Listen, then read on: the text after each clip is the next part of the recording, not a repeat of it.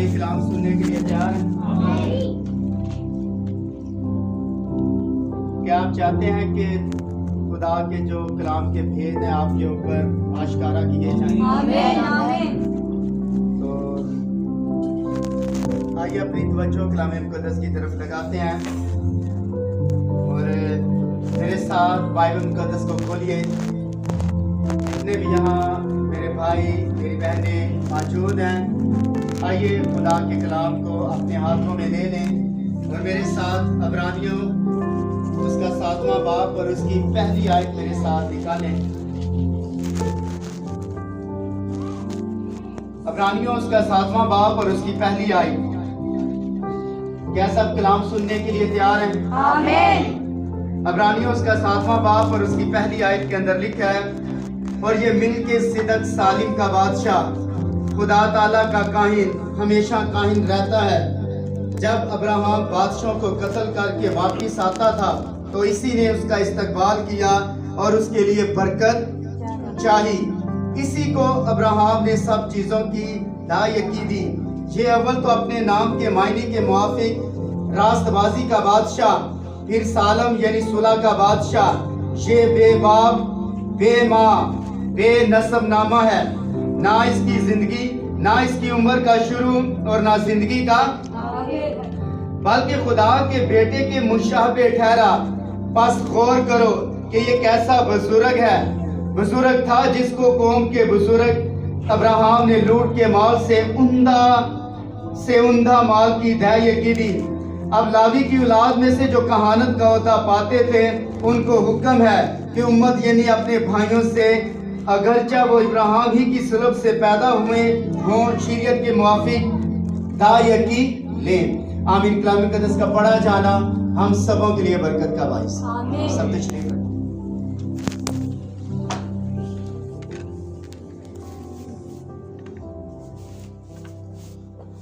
थोड़ी देर के लिए हम इस बात के ऊपर गौर करने जा रहे हैं।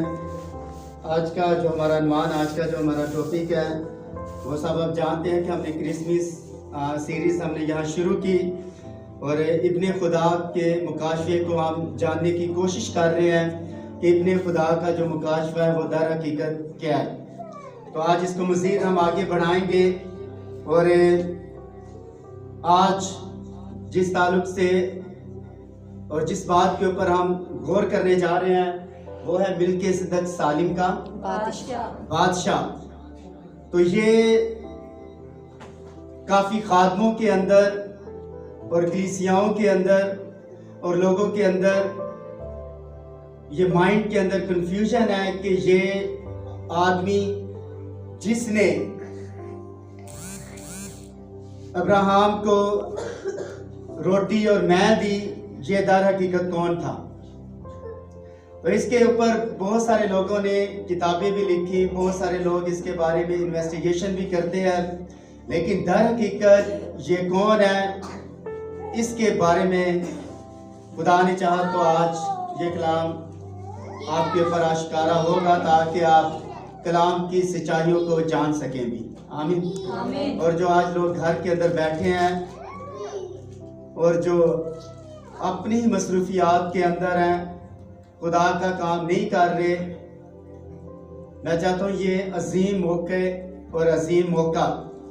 और बेटी सपना भी कह रही थी कि खुदा की हजूरी में रहना बड़ी ख़ास बात होती है, ये आम बात नहीं है कि आप खुदा की। और जो अफसोस उन आदमियों के ऊपर और अफसोस उन बहनों के ऊपर जो घर के अंदर बैठे और किस मकसद के लिए बैठे हैं हमें नहीं मालूम, लेकिन वो खुदा की हजूरी से इतने दूर है कि जितना आसमान ज़मीन से बुलंद है। भी आप क्या करते हैं, आप कितनी खिदमत चर्च के अंदर करते हैं, खुदा को इससे लगाव नहीं है। आप चर्च के अंदर आप खुदा के कलाम को हासिल करने आते हैं, खुदा को इससे गरज है। ये आप खादमों को अच्छे से अच्छे खाना भी खिला दें, इससे कोई फर्क नहीं पड़ता। खुदा सबसे ज्यादा एक्शन जो लेता है वो लेता है सिर्फ अपने कलाम का। देखा उसने अपने सब नामों से ज्यादा अपने कलाम को अजमत दी है। उसकी नजर में कलाम है और उसकी नजर में सर आप नहीं हैं। आप कितने अच्छे हैं, आप कितने खूबसूरत हैं, आप कितने याद रखें किस तरह के हैं आप। खुदा को इससे लगाव नहीं है, खुदा को इससे लगाव है। आज मैं आपको बताना चाहता हूं, आप जो भी हैं हमें इससे गरज नहीं है और खुदा को भी इससे गरज नहीं है, कलाम को इससे गरज नहीं है। खुदा कभी भी आपको नहीं देखता। मैं ये बात आपके ऊपर आश्कारा करना चाहता हूं, खुदा कभी भी आपको नहीं देखता, कभी भी। आप कितने पढ़े लिखे हैं, आप कितने याद रखे आपके पास डिग्री हैं, आप कितने याद रखे काबिल हैं, आपकी इंटेलिजेंट, आपकी जहानत कितनी तेज है, और आपके बाजुओं के अंदर कितना जोर है, और आपकी टांगों के अंदर कितना जोर है, खुदा को इससे गरज नहीं है। खुदा याद रखे आपको नहीं देखता। खुदा किसको देखता है? खुदा किसको देखता है? खुदा सर किसको देखता है? खुदा कभी भी आपको नहीं देखता। आप इंसान हैं, खुदा कभी भी आपके ऊपर नहीं नजर करता। खुदा जिसको देखता है मसीह में आपको देख रहा होता है। किसके अंदर? अगर मसीह आपके अंदर है तो खुदा की नजरें आपके ऊपर जमी हुई हैं। अगर खुदा आपके मसीह आपके अंदर नहीं है तो फिर याद रखें आप आवारा इंसान हैं, और जमीन के ऊपर वारा इंसान और खाना खराब है सर पैदा। इसलिए मसीह का होना आपकी जिंदगी के अंदर, और मसीह कहां आता है? मसीह अपने घर के अंदर आता है। चल आपके माइंड के अंदर, बहुत सारे लोगों के जहन के अंदर है, चलो हम कलाम सुन ही लेते हैं, टेलीविजन के ऊपर ये है। सर खुदा ने चर्च के अंदर मैनेजमेंट रखी हुई है, खुदा ने खिदमतें चर्च के अंदर रखी है, पास्टर की खिदमत रखी है, खुदा ने डीकन की खिदमत रखी है, खुदा ने मुबशर की खिदमत रखी है, खुदा ने नबी की खिदमत रखी है। और अगर आप इन खिदमतों को रद्द करके आप घर के अंदर बैठे होते हैं सर, ना तो आप अपने खादम को तरजीह देते हैं और ना उत्तम कलाम को आप तरजीह देते हैं। थोड़ा सा आपको कोई प्रॉब्लम आ जाए आप घर बैठ जाते हैं। तो इसलिए जो घर बैठे हैं वो इस बना के ऊपर बैठे हैं कि हमें हमारा शोहर, हमारा वालिद, हमारा भाई, हमारी बहन चर्च के अंदर चले गए हैं, कोई बात नहीं, वो हमें आकर बता देंगे। तो ये भी आपके माइंड के अंदर चल रहा होता है अभी। क्या आप कलाम सुनने के लिए तैयार हैं? इसलिए ये मिल्क सिदक सालम का जो बादशाह है, आप सब देख रहे हैं कि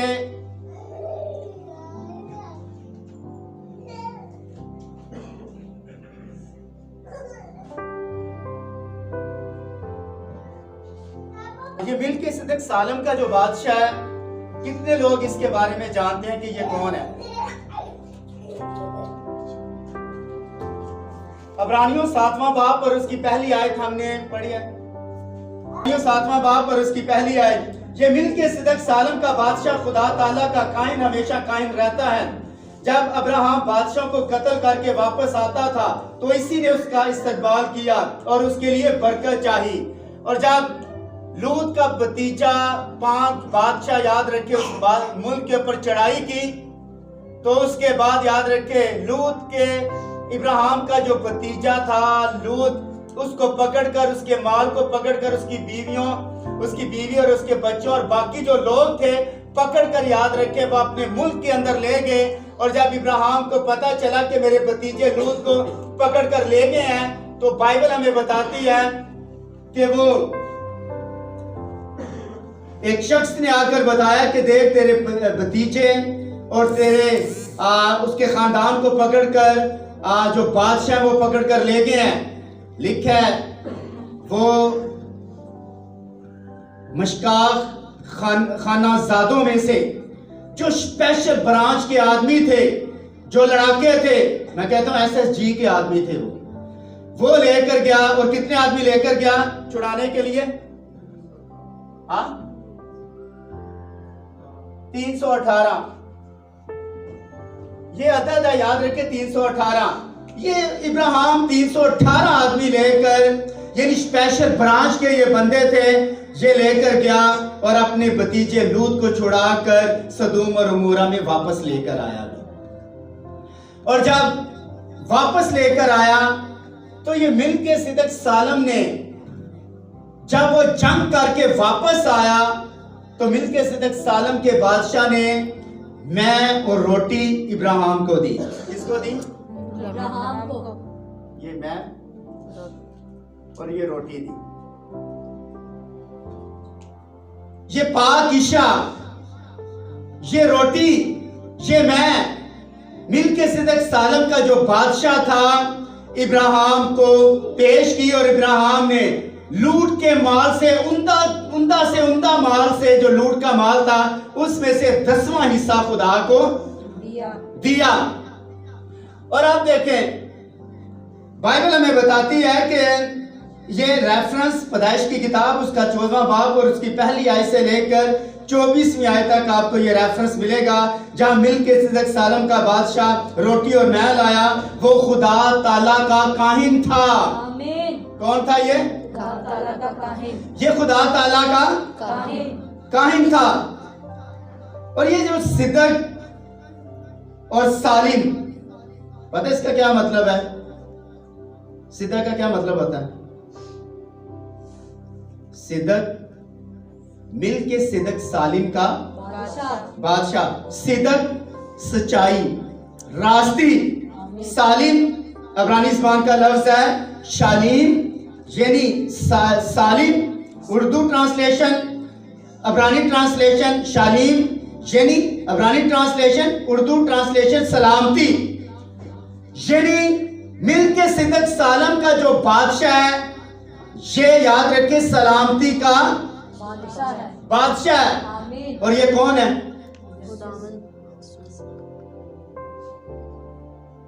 ये कौन है?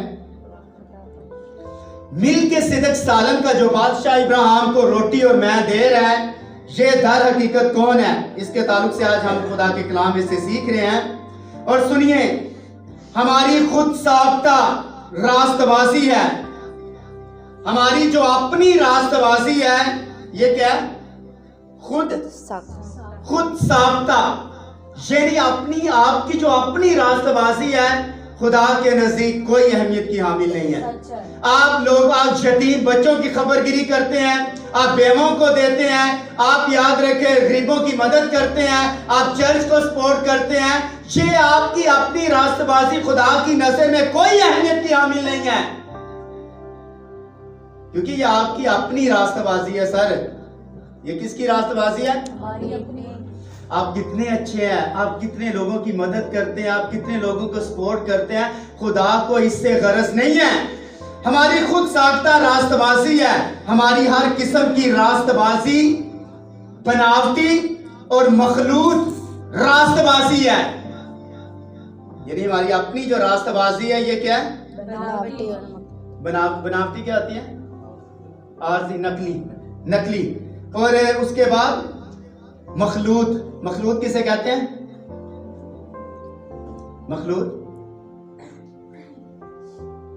मखलूत किसे कहते हैं?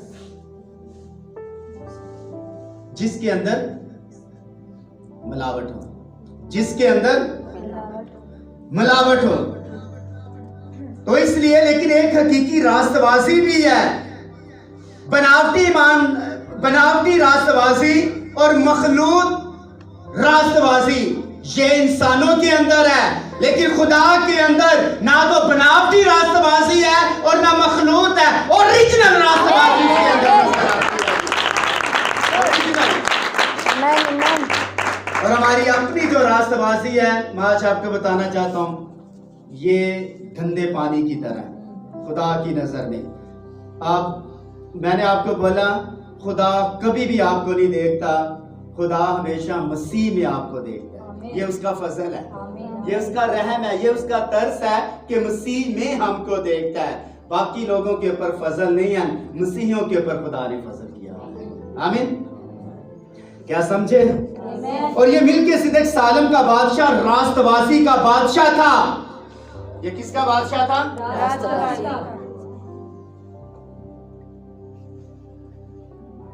ये रास्तबाजी का बादशाह है। किसका बादशाह है? रास्तबाजी। ये रास्तबाजी का बादशाह है। अब लफ्ज रास्तबाजी ये किस जुबान का लफ्ज है? रास्तबाजी ये फारसी जुबान का लफ्ज है और ग्रामर के एतबार से इसमें मुज़क्कर है।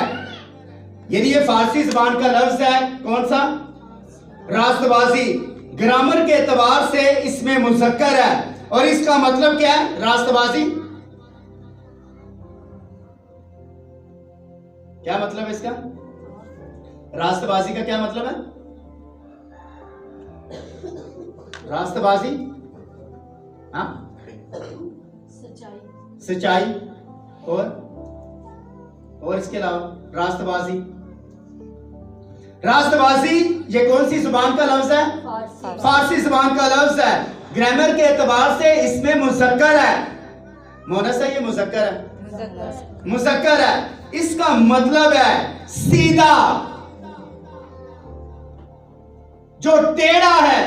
हमारी रास्तबाजी टेढ़ी है लेकिन खुदा की रास्तबाजी सीधी है। आमीन। देखिए, तेरी पलकें हमेशा सीधी रहे, तेरी नजरें हमेशा सीधी रहे। डिंगी भी होती हैं, टेढ़ी भी तो होती है ना। कभी इस तरफ देख लिया, कभी इस तरफ देख लिया, कभी उस तरफ देख लिया। तो ये खुदा इस तरह की रास्तबाजी नहीं करता। हमारी रास्तबाजी इस तरह की है। इसका मतलब है सीधा, दुरुस्त। सारे याद रखे, दुरुस्त।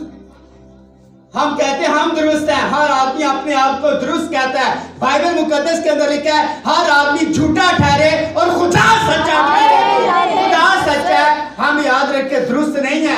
हमारी रास्तबाजी दुरुस्त नहीं है, खुदा की रास्तबाजी दुरुस्त है। आमीन। और उसके बाद ठीक, सीधा, दुरुस्त, ठीक, सही और सच्चा रास्तबाजी। यानी फारसी ज़बान का जो लफ्ज इस्तेमाल किया गया है इसे रास्तबाजी कहा जाता है। यानी सीधा, दुरुस्त, ठीक, सही और सच्चा। और ये सारा कुछ याद रखे इसके अंदर हमें नजर आता है। मिल के सिदक सालम के बादशाह के अंदर आमीन। नजर आता है। आमीन। आमीन। अब लफ्ज रास्तबाज, इसका क्या मतलब है? रास्तबाज एक है, रास्तबाजी एक है। तो जो रास्तबाज है सिर्फ रास्तबाजी वो ही कर सकता है। प्रस्तिश करना किसका काम है? दुआ करना किसका काम है? चर्च आना किसका काम है? चर्च के अंदर बैठकर कलाम सुनकर उसके ऊपर अमल करना किसका काम है? तो रास्तबाज जो लफ्ज है, याद रखे, यूनानी जुबान में जो लफ्ज इस्तेमाल किया गया है इसे डाइकेओस कहा गया है। डाइकेओस के मानी ऐसा रास्तबाज और पाक बाज शख्स जो मजहबी रस्मात और शरई कवानीन का सख्ती से पाबंद हो। ऐसे एक शख्स का ताल्लुक हर एक बात से जो किताबे मुकद्दस के अंदर दर्ज की गई है। अब पिलातुस की बेगम ने पता ख्वाब देखा, यीशु मसीह के बारे में क्या बोला? पिलातुस की बेगम ने यीशु मसीह के बारे में ख्वाब देखा था। क्या देखा? क्या कह रही थी उसके बारे में? स्टेटमेंट क्या दे रही थी? सुबह उठी और पिलातुस को कह रही थी कि मैंने डाइकेओस को देखा है। यानी इस डाइकेओस यानी इस रास्तबाज से कोई वास्ता ना रखे। ये रास्तबाज है, इसलिए मसीह को डाइकेओस यानी मसीह रास्तबाज कहा गया है। और देखें, हमारी अपनी जो रास्तबाजी है ये बनावटी और मखलूत है, लेकिन खुदा की रास्तबाजी याद रखिए ना तो बनावटी है और ना मखलूत है। खुदा की रास्तबाजी ओरिजिनल है, याद रखिए। इसलिए बाइबल मुकद्दस कि खुदा जो भी काम करता है खुदा आधा काम नहीं करता। खुदा ने आपको आधी शिफा दी है। कई बार हम चर्च के अंदर ये कह रहे होते हैं भाई जी थोड़ा सा आराम आया, थोड़ा सा, खुदा आधा काम नहीं करता। लंगड़ा याद रखे, कई पास्टर याद रखे लंगड़े को चला रहे होते हैं कि खुदा इसे शिफा दे दियो, वो फिर भी लंगड़ा ही होता है। खुदा जिसे शिफा देता है मुकम्मल शिफा देता है, खुदा आधी शिफा नहीं देता। ये हमेशा अपने से खुदा आपके अज़दवाजी जिंदगी को आधा जोड़ता है, क्या कह रहे हैं? आधा जोड़ता है, जब चाहे लाफा कर दें और जब चाहे उससे मोहब्बत करना शुरू कर दें, जब चाहे आप सेपरेशन कर लें, जब चाहे आप याद रखें उससे जुड़ जाएं। क्या ख्याल है आपका? खुदा आधा जोड़ता है। अगर बीवी अपने शोहर का हक अदा नहीं कर रही तो वो आधा काम कर रही है, और अगर शोहर अपनी बीवी का हक अदा नहीं कर रहा तो वो आधा काम कर रहा है। और जो आधा काम है वो याद रखिए, अज़दवाजी जिंदगी आपकी डैमेज हो जाती है। लड़ाई झगड़े और इस तरह के इख्तलाफ याद रखिए अंदर ही अंदर से पड़ते हैं, जिससे आप याद रखें मेंटली तौर पर याद रखें आप अपने घर के अंदर फिर मौजूद नहीं है, आप किसी और जगह मौजूद हैं। और जब मर्द हजरात याद रखिए इस तरह करते, आधा काम करते हैं, मैं आज आपको बताना चाहता हूं, फिर आपकी तवज्जो या तो गैर औरतों की तरफ होगी या फिर आप मोबाइल के ऊपर गंदी फिल्में देखेंगे। और यही औरतों का हाल है और यही मर्दों का हाल है। इसलिए खुदा की जो रास्तबाज़ी है ये मुकम्मल है। इसलिए आपने जो भी काम करना है वो याद रखें मुस्तकिल मसाजी के साथ करना है। भी उसके अंदर याद रखें आधा काम ना करें, मुकम्मल काम। कोशिश में पहले हमारी कोशिश होती है सुस्ती, फिर कोशिश होती है काम, तो इसीलिए तो हम कर नहीं पाते। बात समझाइए। इसलिए सर देखिए ये कौन हो सकता है, ये कौन है? इसके मुताबिक अबरानियों 7वां बाब और उसकी पहली आयत के मुताबिक ये बंदा कौन है? देखिए ये कौन हो सकता है? ये रास्तबाजी का बादशाह था, ये यरूशलेम का बादशाह था, ये रास्ते का बादशाह था और ये सलामती का बादशाह था। ये कौन था? सलामती का बादशाह। और बोलते जाए, यरूशलेम का बादशाह और सलामती का और सुलह का बादशाह और, लेकिन ये कौन है? ये कौन है? हाँ, क्या ये रास्तबाजी का बादशाह था? क्या ये यरूशलेम का बादशाह था? क्या ये रास्ते का बादशाह था? या सलामती का बादशाह था? ये पता है यीशु मसीह को क्या बोला गया? यीशु मसीह कौन था? हाँ नहीं, वो पीछे जो शाबाश, सलामती का यीशु मसीह को सलामती का इसको कहा गया। तो शहजादा किसे कहते हैं? बेटे। किसको? बादशाह के बेटे को। बादशाह के बेटे। तो यीशु मसीह को क्या बोला गया? सलामती का शहजादा। सलामती का शहजादा कहा गया। और इस बात को नोट कीजिए, शहजादा बादशाह का बेटा होता है। और ये बादशाह, ये क्या? जो इब्राहिम के पास रोटी और मैं लेकर आया, पता है रोटी और मैं पाकिशाह आप कब ले सकते हैं? आप कब ले सकते हैं? कब ले सकते हैं हम पाकिशाह कब ले सकते हैं?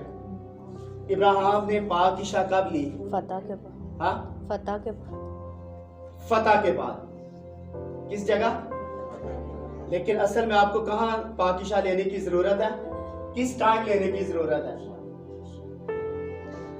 आगे चलते हैं। अब आए इसके नसबनामे को थोड़ा सा देखते हैं, फिर देखते हैं कि हम कहाँ पहुंचते हैं। ये मिल्के सिदक सालम का जो नसबनामा है, अबरानियों पहला बाब और उसकी पहली आयत, कोई भी भाई आप पढ़ दें जरा। इसकी पहली और दूसरी आयत। जी जी। ये मिलके सदक सालम का बादशाह खुदा ताला का काहिन हमेशा काहिन रहता है। जब इब्राहिम बादशाह को कत्ल करके वापस आता था तो उसी ने उसको इस्तकबाल किया और उसके लिए बरकत चाहिए, और उसी को इब्राहिम ने सब चीज़ों की दायगी दी। ये अव्वल तो अपने नाम के मानी के मुआफिक रास्तबाजी का बादशाह है, और फिर सालम यानी सुलह का बादशाह। और आगे तीसरी में ये बेबाप ये बेबाप बेमां बेनसबनामा है। नसबनामा।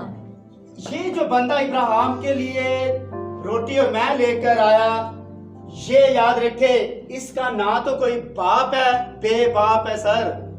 ये कौन है? बेबाप। बैठ जाओ। ये कौन है? बेबाप। ये बेबाप है और बेमाँ। बेमाँ। मिल्के सिद्दीक सालम के बादशाह की कोई माँ नहीं है, और दुनिया के हर बादशाह की कोई माँ होती है, कोई बाप होता है, लेकिन इसका कोई नहीं। ये कौन है? खुदा। ये सर कौन है जिसका ना कोई बाप है ना कोई माँ? और नंबर 3, पहला बेबाप, दूसरा बेमाँ, तीसरा बेनसबनामा, चौथा ना उम्र का शुरू और ना जिंदगी का आखिर। तो ये कौन है? ये कौन हो सकता है सिस्टर अरशाद? खुदा। खुदा का नसबनामा है? No sir. खुदा का नसबनामा है? खुदा का नसबनामा इस बाइबल मुकद्दस के अंदर है या नहीं? नो। भाई नासिर नहीं है। बेबाप, बाप इसका है? खुदा का कोई बाप है? नो। माँ है? उम्र का शुरू है? जिंदगी का आखिर है? No sir. किसी बाइबल के किसी भी सफे के अंदर इसका याद रखे कोई तारुफ नहीं लिखा। तो फिर याद रखे अगर कुछ नहीं लिखा तो फिर ये खुदा है।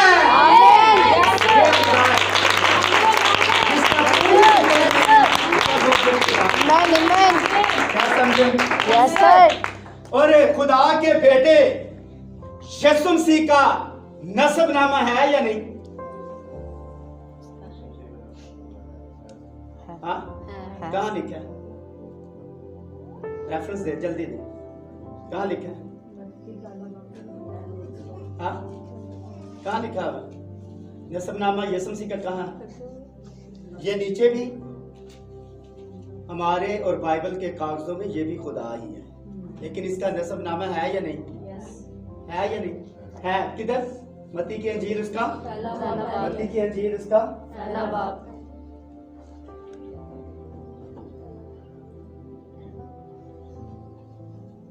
मत्ती की अंजील पहला बाब उसकी पहली आयत से पढ़ें जरा।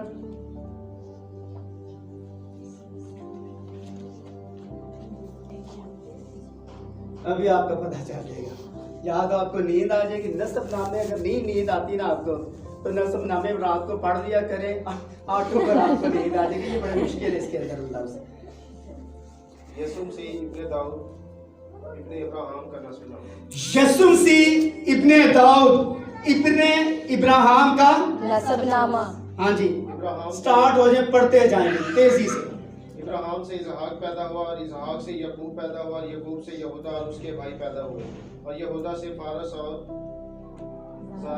ज़ारा तिमर से पैदा हुए और फारस से उसरून पैदा हुआ और उसरून से राम पैदा हुआ और राम से अमीदाब पैदा हुआ और अमीदाब से नसून पैदा हुआ और नसून से सुलेमान पैदा हुआ, सलमून पैदा हुआ, सलमून से बोएज राहब से पैदा हुआ और बोएज से उबैद दूध से पैदा हुआ और उबैद से येसी दाऊद से येसी से दाऊद पैदा हुआ। दाऊद से सुलेमान उस औरत से पैदा हुआ जो पहले ओरिया की बीवी थी।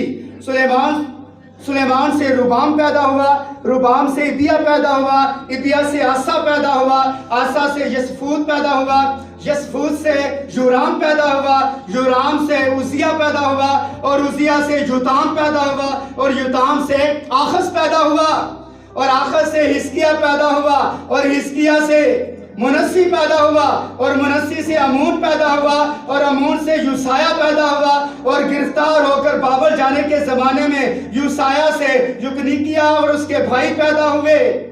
यानी और आगे और गिरफ्तार होकर बाबल जाने के बाद यकोनिया से सहलातियल पैदा हुआ और सलातियल से सर्दे बाबल पैदा हुआ और सर्दे बाबल से अबीहूद पैदा हुआ और अबीहूद से इलियाकिम पैदा हुआ और इलियाकिम से अजूर पैदा हुआ और अजूर से सदूक पैदा हुआ और सदूक से अखीम पैदा हुआ और अखीम से अलीहूद पैदा हुआ और अलीहूद से अलीजर पैदा हुआ और अलीजर से मातन पैदा हुआ और मातन से याकूब पैदा हुआ। मतान से याकूब पैदा हुआ और याकूब से यूसुफ पैदा हुआ। ये उस मरियम का शोहर था जिससे यीशु पैदा हुआ जो मसीह कहलाता है। तो इसका नसब नामा याद रखें। इसका नसब नामा मत्ती के इंजील उसका मत्ती के इंजील पहला बाब और उसकी पहली आयत से लेकर हमने कौन सी आयत तक पढ़ा? 17 आयत तक याद रखिए, आपको इसका नसब नामा मिल जाएगा। लेकिन मिल्के सिदक सालम का नसब नामा पूरी बाइबल के अंदर आपको नहीं मिलेगा। और एक और नसब नामा लूका की इंजील उसका 3रा बाब मेरे साथ निकालें, उससे भी ज्यादा इम्तिहान है।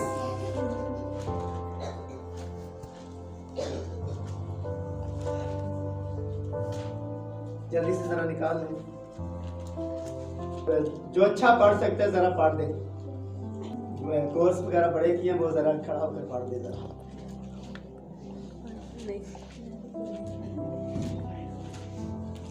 पढ़ दे, अगर कोई पढ़ सकता है, कोई हिम्मत है किसी की तो पढ़ सकता है। ये बड़ा मुश्किल है, मतलब मैंने तो पढ़ना ही पढ़ना है। यीशु मसीह का नसब नामा मत्ती की इंजील उसका पहला बाब और उसकी पहली आयत से लेकर 17 तक, और लूका की इंजील उसका 3रा बाब और उसकी 23 आयत से लेकर 38 आयत तक आपको याद रखें। 28 है या 38 है? 38।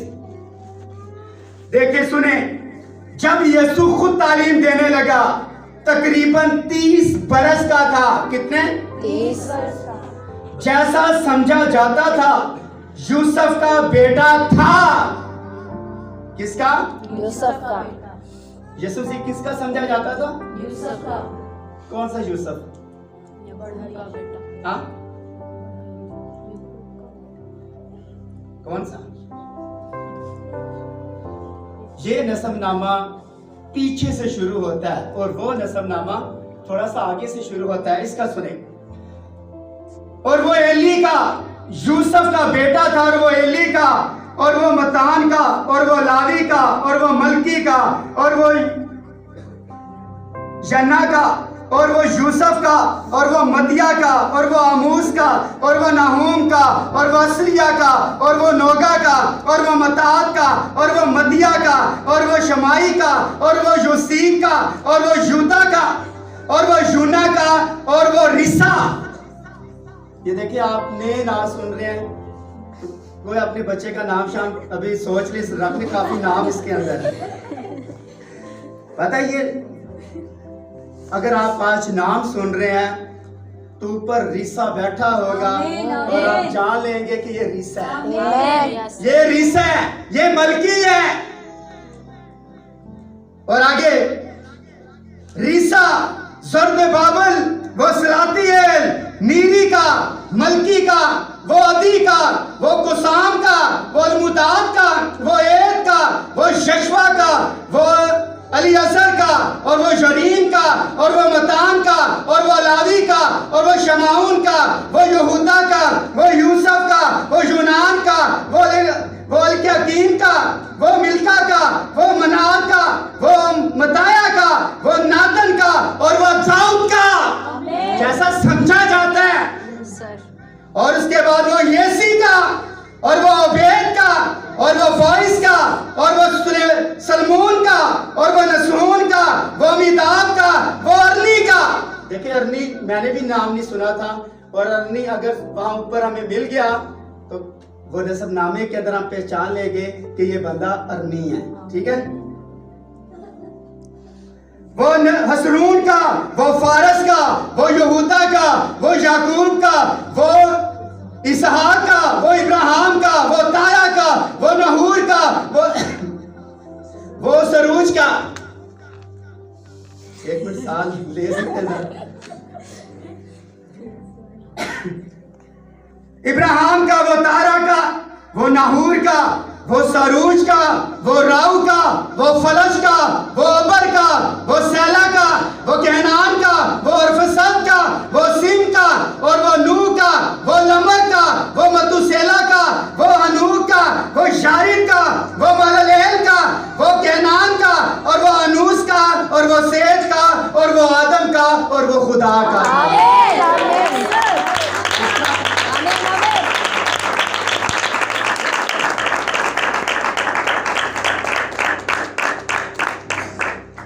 जैसे कि समझा जाता था। ये बेटा किसका? खुदा का।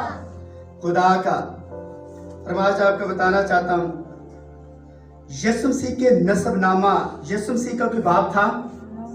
मिल्के सिदक सालम का कोई बाप था? मिल्के सिदक सालम का कोई बाप था? यीशु मसीह का बाप था? कोई बाप था या नहीं? ध्यान रखिए, इधर ध्यान, एक्टिव रहे अभी। ध्यान दें कि इसका बाप था या नहीं? हाँ? यीशु मसीह का बाप था या नहीं? वो इतने ढेर सारे तो हमने पढ़ दिए हैं या नहीं? हाँ? है। इसका बाप कौन था? एक और भी था, यूसुफ और खुदा। ठीक है। माँ मरियम। ये नसबनामा या नसबनामे में है इसका जिक्र। उम्र का शुरू था? हाँ, उम्र का शुरू तो था। ये नहीं जो आप 25 दिसंबर मनाते हैं, जो 25 दिसंबर आप मना रहे हैं, इसका उम्र का शुरू था। 25 दिसंबर को यीशु मसीह पैदा नहीं हुए। एक अपने ज़हन के अंदर बात रखें, ये जो तारीख है 25 दिसंबर, पहला जो क्रिसमस मनाया गया 6 जनवरी को मनाया गया, उसके बाद 19 जनवरी, उसके बाद फिर याद रखें लोगों ने मिलकर, खादमों ने मिलकर इसे डिसाइड किया कि 25 दिसंबर होना चाहिए। हमें डेट से फर्क नहीं है। हमें क्या डेट से लगाओ, डेट का काम नहीं है, ये मुकाशफे का काम है। जो खुदा का बेटा जो पैदा हुआ है, उसका मुकाशफा आपके दिल के अंदर होना चाहिए। अब हम क्रिसमस ट्री को पीछे छोड़कर आगे हैं सर। अब हम याद रखें जो स्टार है, जो सितारा पीछे छोड़कर आगे हैं। अब हम याद रखें चरनियों को छोड़कर आगे निकल आए हैं। ये काम याद रखें पीछे रह गए हैं। अब हम कमाल की तरफ अब हम कमाल की तरफ है सर। और जब कमाल की तरफ है तो कमाल का मैसेज आपको होना चाहिए। आपको पता होना चाहिए कि कमाल का मैसेज है क्या। आमीन। इसकी जिंदगी का शुरू है यीशु मसीह का। यस, इसकी जिंदगी का शुरू है। यस, उसके बाद जिंदगी का आखिर, यीशु मसीह मरा, दफन हुआ और तीसरे दिन मुर्दों में से जी उठा। तो हम कहेंगे ये भी यस है, यानी इसकी जिंदगी का जो आखिर है, यानी यीशु मसीह का बाप, यीशु मसीह की माँ, नसबनामे में जिक्र, यीशु का आगाज, यीशु की बदनी जिंदगी का सफर कब शुरू हुआ, कब खत्म हुआ, इसके बारे में बाइबल हमें साफ बता रही है। क्या समझा रही है आपको?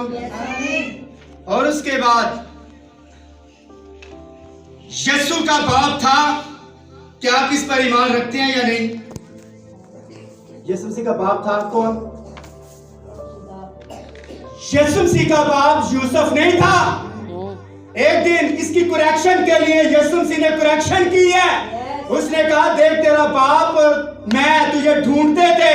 उसने कहा तुझे मालूम ना था, मुझे अपने बाप के घर पे होना जरूर है। वो जो खुदा का था, आमीन आमीन, वो खुदा का जो था उसकी बात वो कर रहा था कि मैं खुदा का बेटा हूँ। आमीन। बे माँ यीशु मसीह की माँ थी, लेकिन उस आदमी का कोई नसबनामा नहीं है। और एक दिन याद रखे, जब वो जलाल के अंदर था तो उसने, पता है उस औरत को क्या कहा? उसने कहा कौन मेरी माँ और कौन मेरे भाई। तो यहाँ भी मरियम की थोड़ी सी करेक्शन की है कि मेरे अंदर दर हकीकत है कौन। इस बदन का जो है वो ठीक है, लेकिन अंदर जो है उसका नहीं है। खुद हम अक्सर कहते हैं खुदा की माँ। मुझे बताएं, खुदा की माँ हो सकती है क्या? खुदा की माँ हो सकती है? खुदा की माँ नहीं हो सकती। हम गलत कहते हैं, खुदा की माँ नहीं है, मसीह की माँ हो सकती है, लेकिन खुदा की माँ नहीं हो सकती। बेनसबनामा, इसका कभी कोई नसबनामा नहीं था। जहां से ये आता ये असली था, कोई नसबनामा नहीं, ना इसकी उम्र का शुरू। इस बात को नोट कीजिए, ये वक्त की कैद में नहीं था। ये बंदा ये बंदा वक्त की कैद में नहीं था, और जो बंदा वक्त की कैद के अंदर आ जाता है उसका शुरू भी है और उसका आखिर भी है। याद रखें, ये वक्त की कैद के अंदर आया था। यीशु मसीह वक्त की कैद के अंदर आया। जब वक्त नीचे आ जाता है तो वक्त की कैद के अंदर आ जाता है, लेकिन ये मिल्किसेदक सालम का बादशाह ये वक्त की कैद से बाहर है। और सुनिए, ये मिल्किसेदक सालिम ये खुदा का बेटा नहीं था। ये बंदा क्या खुदा का बेटा था जो इब्राहिम को रोटी और मैं दे रहा है? नो, ये कौन है? खुदा खुद। ये क्या? खुदा। ये खुदा है। मिल्किसेदक सालिम यानी खुदा का बेटा नहीं था। अगर ये बेटा होता तो इसका आगाज होता। ये यहोवा था, ये कादिर मुतलक खुदा खुद था, जो कोई और नहीं हो सकता। यहाँ इसकी शहादत मिलती है कि वो जिंदा है, वो कभी नहीं मरा। लेकिन यीशु मसीह मरा, उसके साथ कभी ऐसा ना हुआ, बल्कि वो जिंदा है और अब तक हमेशा जिंदा रहेगा। आमीन। यीशु उसकी मानिद बनाया गया था। किसकी मानिद? खुदा की। किसकी मानिद? खुदा की। किसकी मानिद? खुदा की। खुदा की मानिद। और अब एक कंफ्यूजन आपको थोड़ी सी बर्दाश्त करनी पड़ेगी और आगे चलकर थोड़ी सी देखें। यीशु की मानिद बनाया गया। देखें, यही सबब है कि यीशु और खुदा में फर्क है। फर्क है बेटा, फर्क है। क्या फर्क? खुदा और यीशु में क्या फर्क है?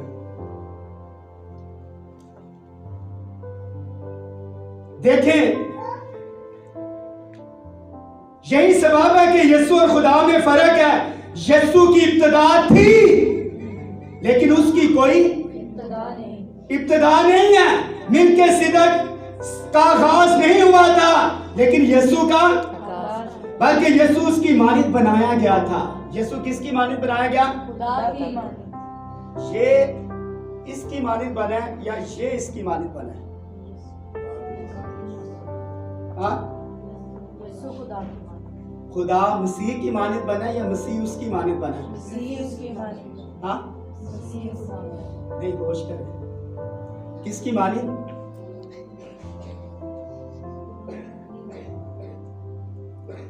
खुदा ने।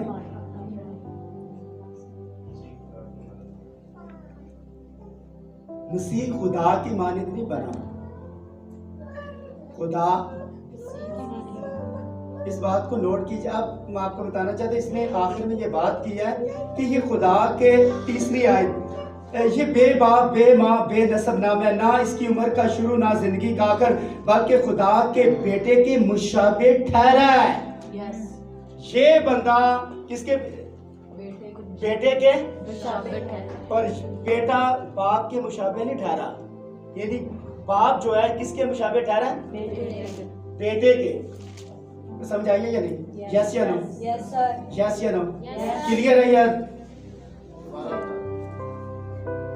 देखें, मिल्किसेदक सालम का बादशाह यानी खुदा बे माँ बे नसब नाम है, ना इसकी उम्र का शुरू और ना जिंदगी का आखिर है, बल्कि खुदा के बेटे के मुशाबे ठहरा है। यानी खुदा किसके मुशाबे ठहरा? बेटे के। किसकी मानिद? बेटे के। तो थोड़ी समझाइए या नहीं? Yes sir. आमीन। समझाया या नहीं? आमीन। बेटी समझाया? आगे चलते। जब मिल्किसेदक जमीन पर था तो वो दुनिया में नहीं था। जब ये दुनिया के अंदर था तो ये दुनिया के अंदर नहीं था। जब ये दुनिया के अंदर था तो ये, और जब ये मिल्किसेदक, जब इब्राहिम को दे रहा है रोटी और मैं दे रहा है और इब्राहिम के सामने आया, तो फिर याद रखें ये था या नहीं?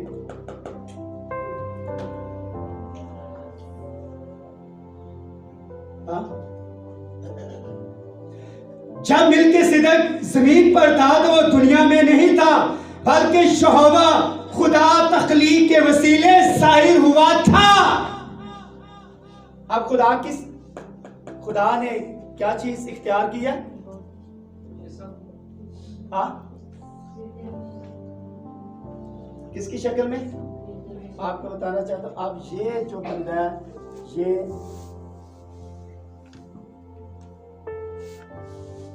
थियोफनी के अंदर, किसके अंदर? थियोफनी। बल्कि यहोवा खुदा तख्लीक के वसीले जाहिर हुआ था। खुदा डायरेक्टली आपके पास नहीं आ सकता। खुदा को लिखा इंसान मुझे देखकर जिंदा नहीं रह सकता, क्योंकि ना तो हमारी आंखें उस तरह की हैं और ना हमारा जिस्म उस तरह का है कि हम खुदा को देख सकें। और खुदा कभी भी इंसानों के सामने उस कंडीशन के अंदर नहीं आया कि अपने जो जलाल के अंदर जो बैठा हुआ है, तख्त के ऊपर बैठा है, वो उस कंडीशन के अंदर नहीं आ सकता भी। क्या मेरी बात आपको समझ आ रही है? Yes, sir. सुनिए, यहां वो थियोफनी की मानी था। अब्राहम ने उसे अपने खैमे में मिला और उसे पहचान लिया। उसने इब्राहिम को बताया कि वो क्या करने जा रहा है। क्या करने जा रहा था? क्या करने जा रहा था? इब्राहिम के पास आया और उसके बाद उसकी जो डायरेक्शन है किस मुल्क की तरफ थी? किसको तबाह करने आ रहे थे? सदोम। 3 फरिश्ते सदोम और मूरा को तबाह करने। खुदा ने कहा कि मैं अपने दोस्त इब्राहिम से कोई बात पोशीदा नहीं रखूंगा कि देख मैं सदोम और मूरा को तबाह करने लगा हूं। और खुदा से इस तरह बातें कर, खुदा थियोफनी हालत के अंदर उसके सामने खड़ा था। कौन सी हालत में? थियोफनी। थियोफनी क्या होती है? थियोफनी हालत क्या होती है? थियोफनी हालत कंडीशन कौन सी होती है? खुदा थियोफनी के अंदर इब्राहिम से मुलाकात कर रहा था और देखिए उसने इब्राहिम को बताया वो क्या करने जा रहा है, क्योंकि वो दुनिया के वारिस को इन बातों से नावाकिफ नहीं रखना चाहता था। वो क्या करने जा रहा है? खास बात सुनिए, आज खुदा अपनी दुल्हन के बारे में भी यही ख्याल रखता है। Amen. आप तारीकी के फरजंद नहीं है। Yes, कितने लोग हैं sir. जो तारीकी के फरजंद बैठे हुए हैं? जल्दी से जरा अपना हाथ उठाएं। तारीकी के फरजंद कितने बैठे हैं?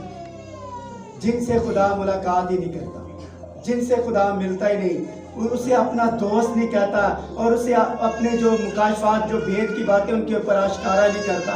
सुने, आप तारीकी के फरजंद नहीं, आप नूर के फरजंद हैं। वो जो हलीम है वो जमीन के वारिस होंगे। आमीन। खुदा जिसने इब्राहिम के साथ ऐसा अमल किया जो कि जमीन का वारिस बनने वाला था, उसने कहा मैं इन बातों को इब्राहिम से पोशीदा नहीं रखूंगा। जो जमीन का वारिस बनने वाला है, तो फिर कितने ज्यादा भेद वो अपनी दुल्हन, अपने चर्च के ऊपर क्यों ना खोलेगा?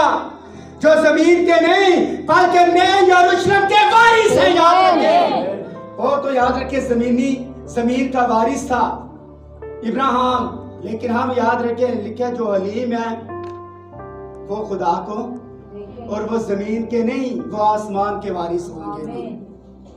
दानिएल ने कहा उस दिन दानिश्वर अपने खुदा को समझेंगे, लेकिन शरीर आसमान के खुदा को नहीं समझेंगे। वो इसे किसी शक्ल या किसी रस्म में बदल देंगे। अब इसको और इसको कौन सी शक्लें हम दे रहे हैं? इसको भी हमने किस में बदल दिया? रस्म में बदल दिया। और इसको भी हमने याद रखे किसी रस्म में बदल दिया है। रस्में जो याद रखे, खुदा बाप, खुदा बेटे, खुदा रूह कुद्दस। और जल्दी से याद रखे एक्शन जो बनाते हैं आप, ये जो अमल करते हैं, इससे क्या फर्क पड़ता है?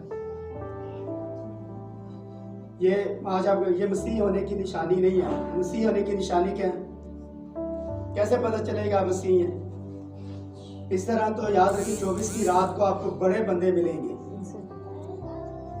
और सुबह उठते ही याद रखे वो इस तरह के करेंगे। ठीक है, 24 की रात को देखना क्या तमाशा बाहर की गलियों के अंदर लगेगा। तो इस बात को नोट कीजिए, ये खास बात आपके दिल के अंदर उतारना चाहता हूं। खुदा हमेशा से जमीन पर आता रहा। चरनी के अंदर पहली बार बदल लेकर आया, लेकिन थियोफनी हालत के अंदर कई बार जमीन के ऊपर चक्कर लगाता रहा। Amen. पता है ये जो सियारा है, खुदा इस सियारे को कभी अधूरा नहीं छोड़ा। अगर इस जमीन को खुदा छोड़ दे तो इस जमीन का सत्यानाश हो जाएगा, ये वीरान हो जाएगी, ये सुनसान हो। खुदा ने इस जमीन को कभी नहीं सर छोड़ा, लेकिन खुदा किसी न किसी सूरत या किसी न किसी शक्ल में यहाँ मौजूद रहता है। वो अपने बच्चों के साथ बियाबान में आग के सतून की शक्ल में था। इब्राहिम से उसने आदमी की शक्ल में बात की। जब वो इब्राहिम के सामने आया तो याद रखिए इब्राहिम ने रूबरू से बात की। ये मक्खन, ये रोटी, ये जो पला हुआ जो बछड़ा था, उसके बाद फुलके उनकी आंखों के सामने उसने खाए हैं। कौन सी हालत के अंदर था? थियोफनी हालत कौन सी कंडीशन होती है? हाँ? बदन के अंदर नहीं, बदन के अंदर था, लेकिन वो बदन याद रखे जो उस कंडीशन के अंदर था वो चरनी के अंदर आ सकता था या नहीं? हाँ, वो चरनी के अंदर आ सकता था या नहीं? क्या थियोफनी हालत क्या चरनी के अंदर आ सकती है? क्या थियोफनी हालत छोटा बच्चा बन सकती है? क्या थियोफनी हालत फिदिया दे सकती है, लहू बहा सकती है, कोड़े खा सकती है, कांटों का ताज उसके सर के ऊपर रखा जा सकता है? क्या उसे सलीब के ऊपर लटकाया जा सकता है? No sir. हाँ, खुदा ने कई बार जमीन के ऊपर चक्कर लगाया है, लेकिन किस कंडीशन के अंदर? किस कंडीशन के अंदर? सुनिए, मूसा से उसने आदमी की सूरत में बात की। पता है, जब मूसा से कहने लगा खुदा मैं तुझे देखना चाहता हूँ, उसने कहा इंसान मुझे देखकर जिंदा नहीं रह सकता। उसने कहा जब मैं हुरब पहाड़ से गुजरूंगा तो वहां तू मुझे देखना। लिखा जब हुरब पहाड़ से गुजर रहा था, लिखा है उसने उसकी बैक साइड पुश्त देखी, और वो पुश्त याद रखे यीशु मसीह को प्रेजेंट कर रही है। यानी उसने उसका जो पिछला हिस्सा है वो याद रखे, उसने उसका देखा और उसकी बैक साइड देखी और वो जान गया कि ये कौन है। और आगे मूसा से उसने आदमी की सूरत में बात की, कलीसिया के वसीले, जिंदा खुदा की कलीसिया के वसीले, यानी मिट्टी के बर्तनों के वसीले बात कर रहा है। तुम डालियां और मैं, तुम क्या? डालियां और मैं नहीं, ताक, मैं ताक इट्स मीन जड़, रूट, सालवी जड़ें, सालसी जड़ें और रूट एक होती है जो छोटी छोटी जड़ें होती हैं, लेकिन खुदा मेन याद रखे जड़ है। यानी तुम डालियां और मैं ताक हूं। खुदा आज भी बोल रहा है, दुनिया सुने आप कौन है? सर आप कौन है? आप कौन है? दुनिया आपके वसीले उसे देखती है। सर दुनिया आपके वसीला से देखती है। और झगड़ा लो बीवी हो तो फिर झगड़ा लो बंदा हो तो ड्यूटियों पर याद रखे बेइज्जती करवा कर हम आते हैं और घरों के ऊपर, औरतों के ऊपर अप्लाई करते हैं। और ये सच्चाई है, दुनिया आपके वसीले उसे देखती है। सर अगर आपको कोई देखे तो दर हकीकत मसीह आपके अंदर से नजर आना चाहिए। दुनिया आपको किस एंगल से देखती है? हाँ, दुनिया आपके अंदर से मसीह को देखना चाहती है। और जब आप एंजॉय करते हैं और जब आप हसद करते हैं और जब आप लड़ते हैं, झगड़ते हैं और आपका सारा जो घर का निजाम धर्म भरम है, तो कहेंगे ये मसीह कराना है। इसलिए पहले अपने घर का बंदोबस्त कर, ताकि तू खुदा की कलीसिया की खबरगिरी कर सके। दुनिया आपके वसीले उसे देखती है। तुम लिखे हुए खतूत हो। तुम क्या? लिखे हुए खतूत। यहाँ इब्रानी का खत पढ़ा हुआ है? यस।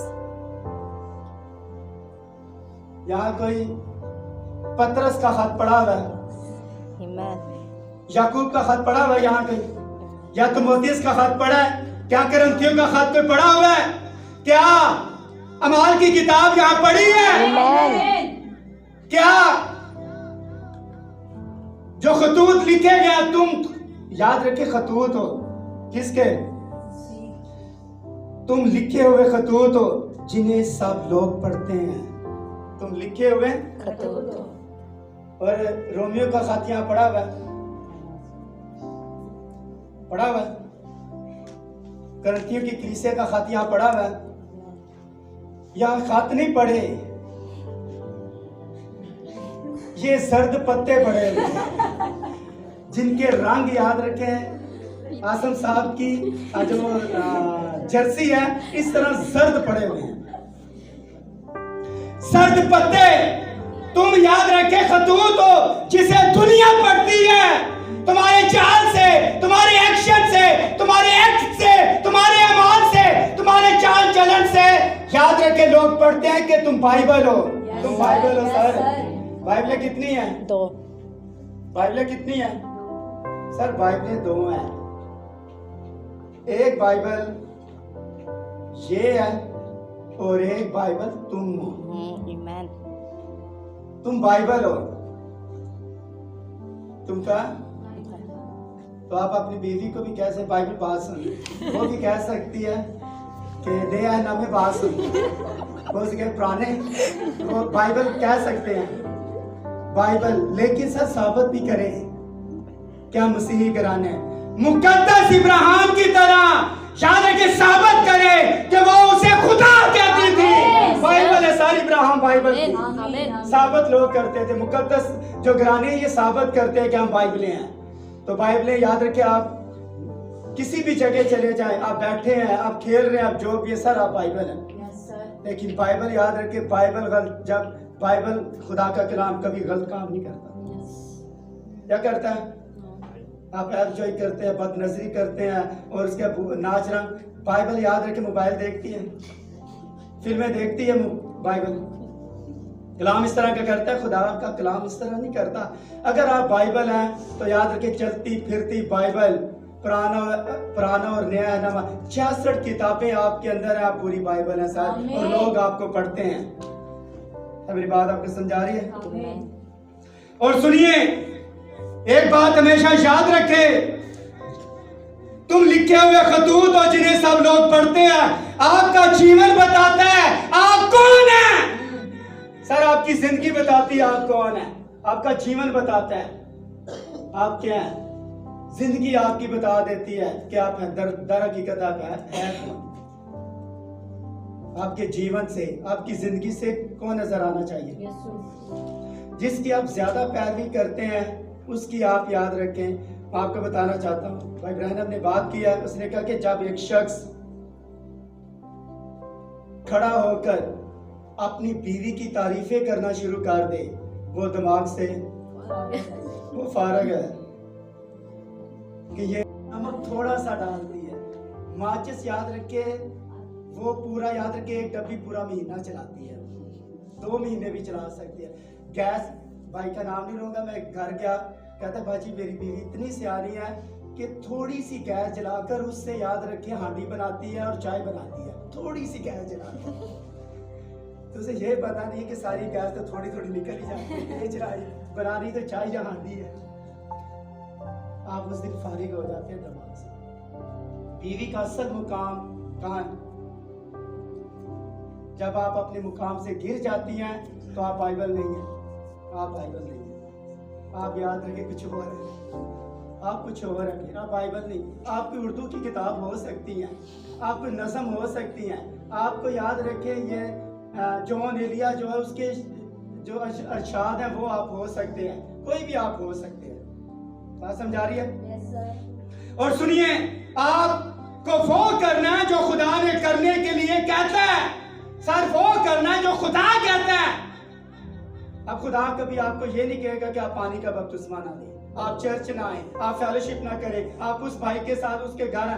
भाई जी हमने तो सीने के अंदर ये रख लिया है कि बस जिससे हमने खत्म करनी है, जीना मरना खत्म। ये खुदा ने कहा, ये शैतान ने। खफगी, सुलेमान बादशाह ने कहा खफगी ऐमकों के सीने में रहती है, हर टाइम चलते रहते हैं, हर टाइम आग उनके अंदर से निकल रही होती है और चल रहे हैं, ऐमकों के सीने के अंदर रहती है। आपको वो करना है जो खुदा करने के लिए कहता है। अब्राहम ठीक आगे बढ़ा और अपने लोगों के साथ अपने लोगों को साथ ले गया और उनसे प्यार करता था, ये इंसानी हिस्सा था। लेकिन कुछ अर्सा बाद रफ्ता रफ्ता उसके बाप की मौत हो गई और उसने इसे दफन कर दिया। फिर उसका भतीजा रह गया, फिर लड़ाई और झगड़े शुरू हो गए और आखिरकार लूत अपना चुनाव किया और सदूम में चला गया। और खास बात सुनिए, इब्राहिम पर ध्यान दे। किसके ऊपर? इब्राहिम पर। उसने लूत से झगड़ा नहीं किया, उनके चरवाहों में आपस में झगड़ा हो रहा था। लूत के चरवाहों और इब्राहिम के चरवाहों में झगड़ा हो रहा था, लेकिन इब्राहिम और लूत के झगड़ा ना। ये क्या बात? वो क्यों नहीं लड़ रहे थे? भाई भाई नहीं लड़ रहे थे, भतीजा और चाचा नहीं लड़ रहे थे। लड़ कौन रहा था? उनके चरवाहे आपस में। और सुनिए, उसने कहा हम भाई हैं, हमें बहस नहीं करनी चाहिए, लेकिन तू अपना सर उठा और जिस तरफ तू जाना चाहता जा। अगर तू मशरिक की तरफ जाएगा तो मैं मगरिब की तरफ जाऊंगा, और अगर तू शिमाल की तरफ जाएगा तो मैं जनूब की तरफ जाऊंगा। क्या मेरी बहनों, ये मसीह रवैया है या नहीं?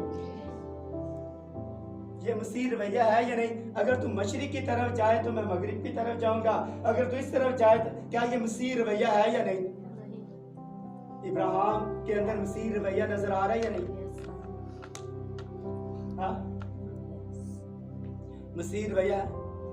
इब्राहिम मुसलमान था या मसीह था? कौन था? हिंदू था, सिख था, जैनिज्म के मज़ाहिब के साथ उसका ताल्लुक था। किसके साथ उसका ताल्लुक था? कौन था वो?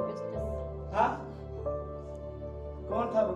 मसीह। नाज़िम साहब, कौन था इब्राहिम? कौन था वैसे? हाँ, कौन था? नूह कौन था? शाहद कौन था? मललेल कौन था? आदम कौन था? आदम कौन था? जब मसीह था या क्या था? आप कौन हैं? क्यों आप इतने फख्र से क्यों? वो मसीह नहीं थे? वो कौन थे? इब्राहिम के अंदर मसीह का रूह था, वो मसीह था। आदम के अंदर किसका रूह था? सर, उनके अंदर मसीह का रूह था। जितने भी नबी गुजरे हैं, पैगंबर गुजरे हैं, खुदा के ममसूल गुजरे, उनके अंदर मसीह का रूह काम कर रहा था, इसलिए वो मसीह थे।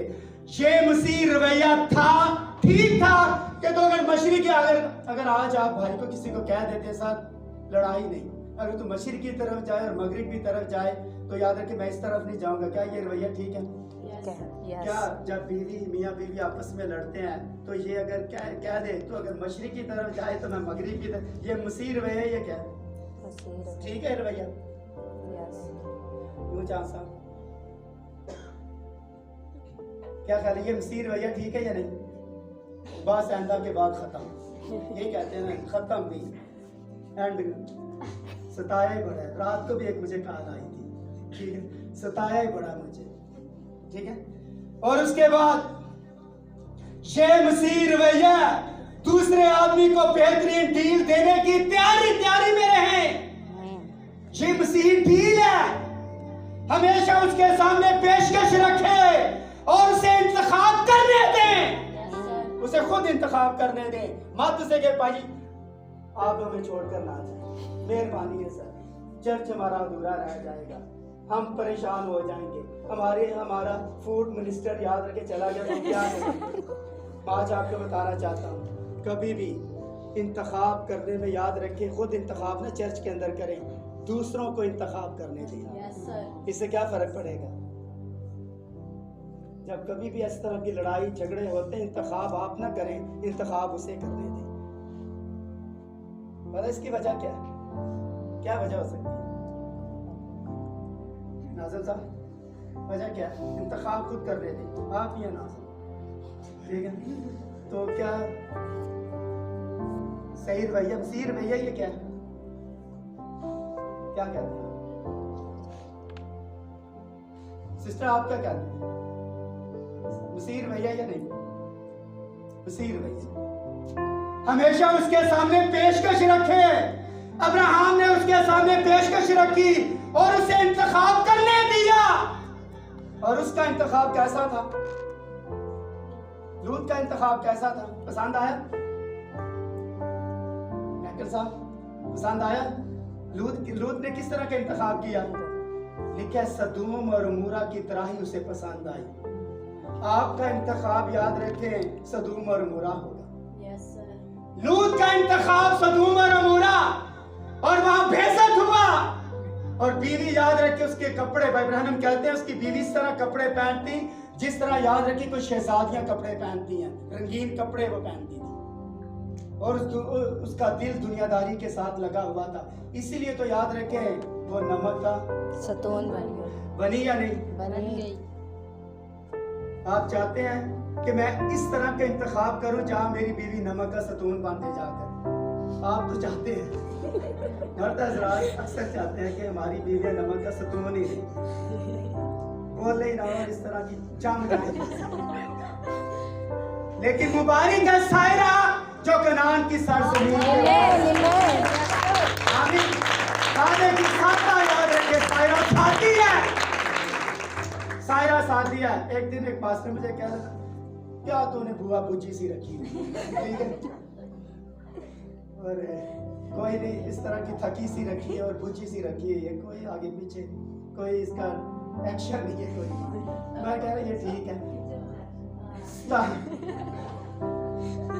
इब्राहिम की सिलेक्शन याद रखें, जमीन की देखें उसकी सिलेक्शन, और उस बंदे की सिलेक्शन देखें कहां कहां बेइज्जत हुआ।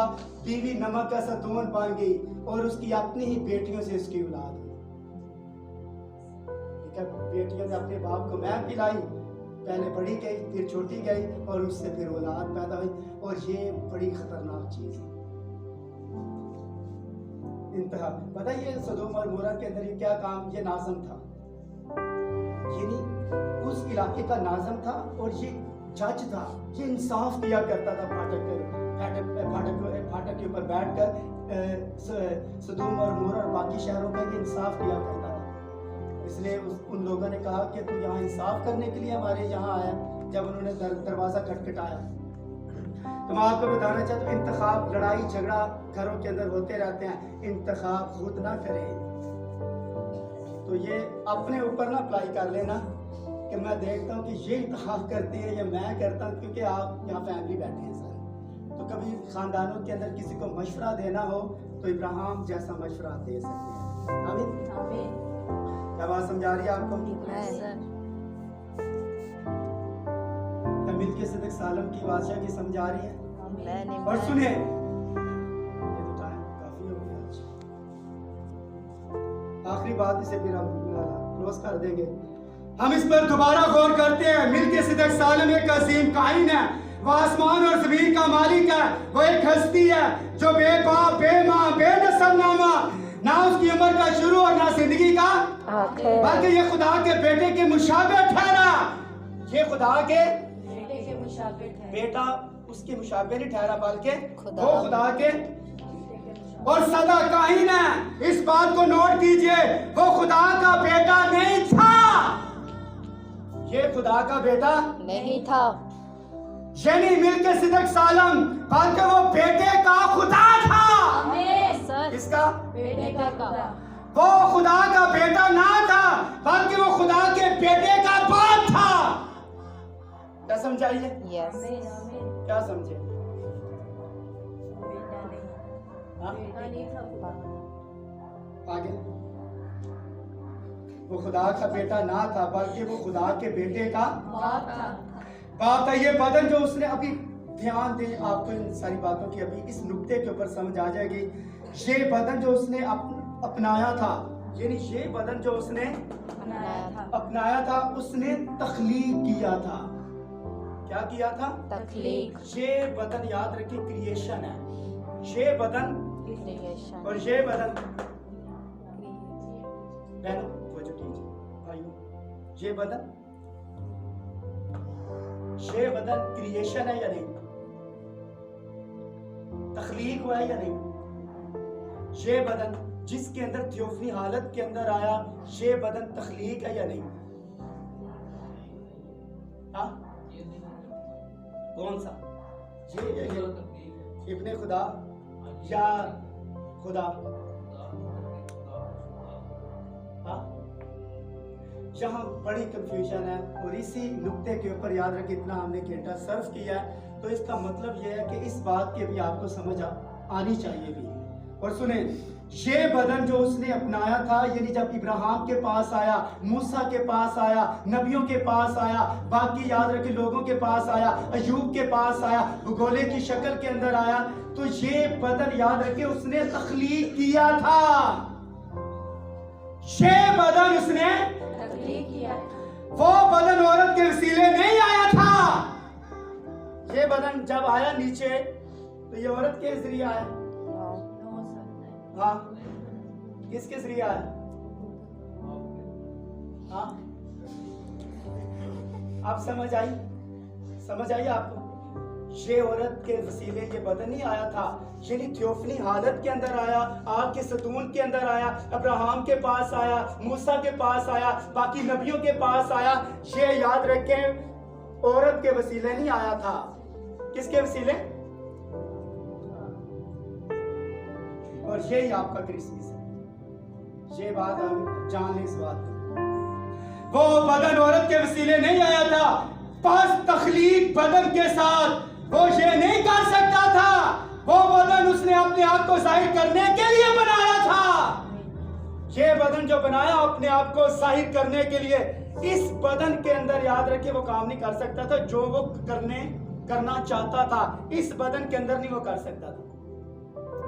इस बदन के अंदर सर वो काम नहीं कर सकता था, लेकिन इस बदन के अंदर कर सकता। अब खुदा ने अपनी एनमोर्फे,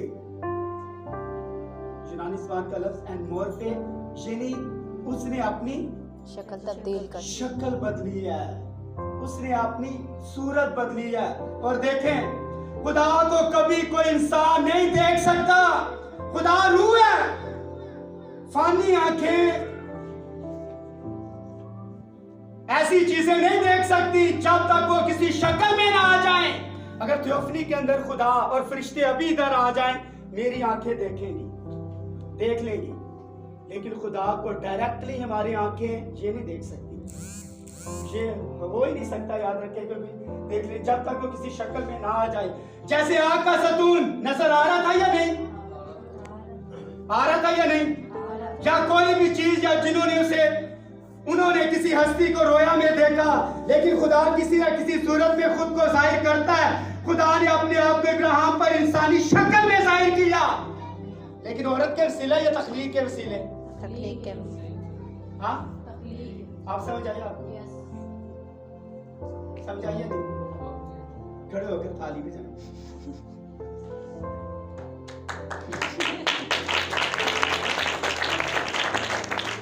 खुदा ने मूसा पर खुद को इंसानी रूप में जाहिर किया। खुदा ने बनी इस्राइल पर अपने आप को आग के सतून की सूरत में जाहिर किया। खुदा ने यूहन्ना बपतिस्मा देने वाले पर अपने आप को कबूतर की सूरत में जाहिर किया। इन तमाम अशकाल में उसने खुद को जाहिर किया, यानी अपने आप को जाहिर करता रहा। जब वो अपने आप को इंसानी शक्ल में सालिम का बादशाह या यरूशलेम का बादशाह जाहिर कर रहा था, तो वो जमीनी यरूशलेम का नहीं बल्कि वो आसमानी यरूशलेम का बादशाह था। आमीन। किसका? आसमानी। किस में जाहिर कर रहा था? समझे किस में जाहिर कर रहा था?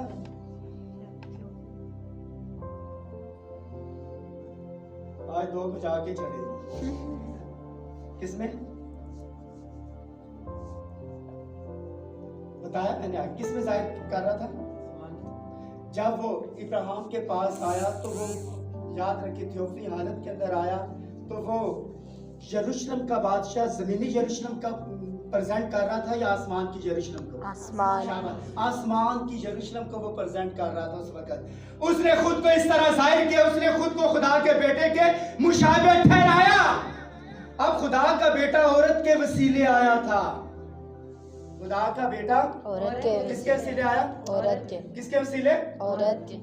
अब खुदा का बेटा औरत के वसीले आया था और औरत के रहम के वसीले तख्लीक किया गया था, क्योंकि इसी तरीके से मौत आ सकती थी। औरत के वसीले अगर पैदा हुआ तो उसे मौत आनी थी। अगर तखलीक के हिसाब से जाता फिर खुदा को मौत नहीं आ सकती। Yes, sir. आप समझे या नहीं? Yes, amen. आमीन। Amen. जोरदार ताली खुदा।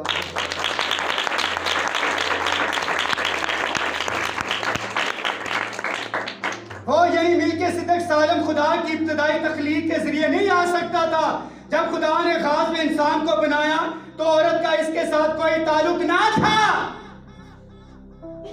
जब खुदा ने आगाज में इंसान को बनाया तो आदम का औरत के साथ कोई ताल्लुक था या नहीं? कि औरत के जरिए आदम आया? No. किसके जरिए से आया? ये किसके जरिए से आया? आदम किसके जरिए से आया? समझा रही है नहीं? आदम किसके जरिए से आया? ये थियोफनी हालत बगैर औरत के याद रखे ये तख्लीक हुआ था। तो समझा रही? इसका मुझे क्यों बताया सिस्टर, क्या मैं बात कर?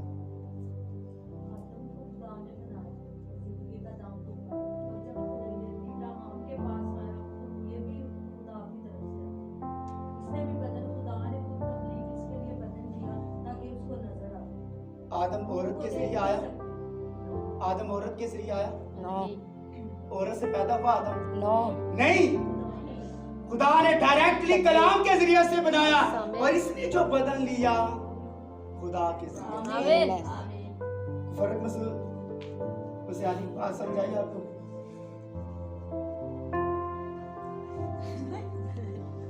देखिए क्या थोड़ा मुश्किल है। जब खुदा ने खास में इंसान को बनाया तो औरत को इसके साथ कोई ताल्लुक ना था। बस खुदा ने कहा हो जा और आदम जमीन से बाहर आ गया। उसने उसे बगैर औरत के बुलाया। औरत का उसके साथ कोई ताल्लुक ना था, लेकिन औरत उसके अंदर थी। औरत उसके अंदर थी। और जब इसने याद रखे बदन लिया, इंसानी बदन ही दूसरा थियोफनी बदन लिया, तो ये कहाँ था? ये इसके अंदर था। Amen. ये इसके Yes, अंदर sir. Praise God. Hallelujah. ये बात आपको समझाई? Amen. और खुदा ने आदम के पहलू से औरत को बनाया। क्या ये दुरुस्त है? फिर वो औरत जिनसी मिलाप के वसीले मर्द को लाई। बस वक्त किसी तरीके से खुदा कर सकता था। फिर खुदा ने क्या किया? आखिरी नुक्ता। फिर खुदा ने क्या किया? जब खुदा ने आदम और हवा को बनाया तो किसी मर्द को जमीन के ऊपर लाने के लिए इंसानी मिलाप करवाया खुदा ने।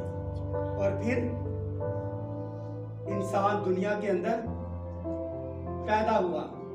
देखिए ध्यान दें, वो थियोफनी में नहीं आ सकता था। वो मिलके सिद्दीक बनकर नहीं आ सकता था।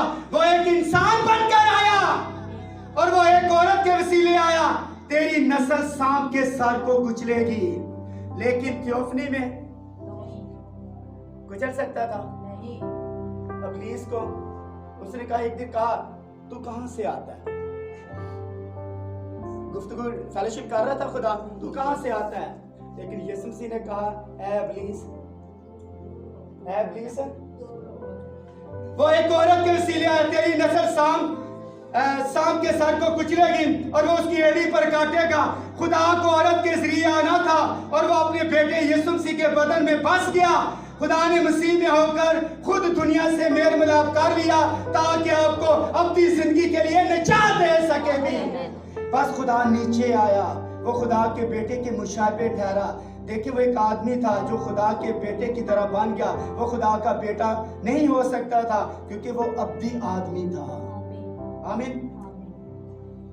यहाँ तक आपको समझ आ गया? जी कह दे, पीछे टाइम भी देखें, आगे समझ। यस या नो?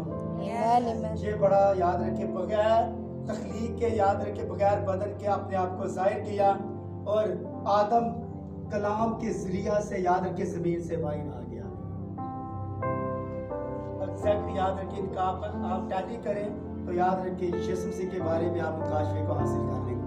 और ये इब्ने खुदा का मुकाशफा है जो ज़मीन के ऊपर याद रखें वो थियोफनी हालत या अपनी ओरिजिनल हालत के अंदर नहीं आ सकता था, उसने याद रखे बदल लिया। ताकि क्यों बदल लिया? ताकि फिदिया दे सके, ताकि घोड़े खा सके, ताकि कांटों का ताज, क्योंकि थियोफनी हालत के अंदर याद रखे कांटों का ताज नहीं आ सकता, उसे घोड़े नहीं लग सकते भी, उसे कोई मार नहीं सकता, क्योंकि जब यीशु मसीह जिंदा हुए तो वही थियोफनी हालत जो इब्राहिम के पास थी, उसने कहा ऐ औरत मुझे ना छू, क्योंकि मैं अभी तक अपने बाप के पास है। और वो ओरिजिनल हालत, उस हालत के अंदर याद रखे कोई उसे सूली नहीं चढ़ा सकता। आमीन। आइए अपनी आंखों को बंद करते हैं और इस कलाम के ऊपर हम थोड़ी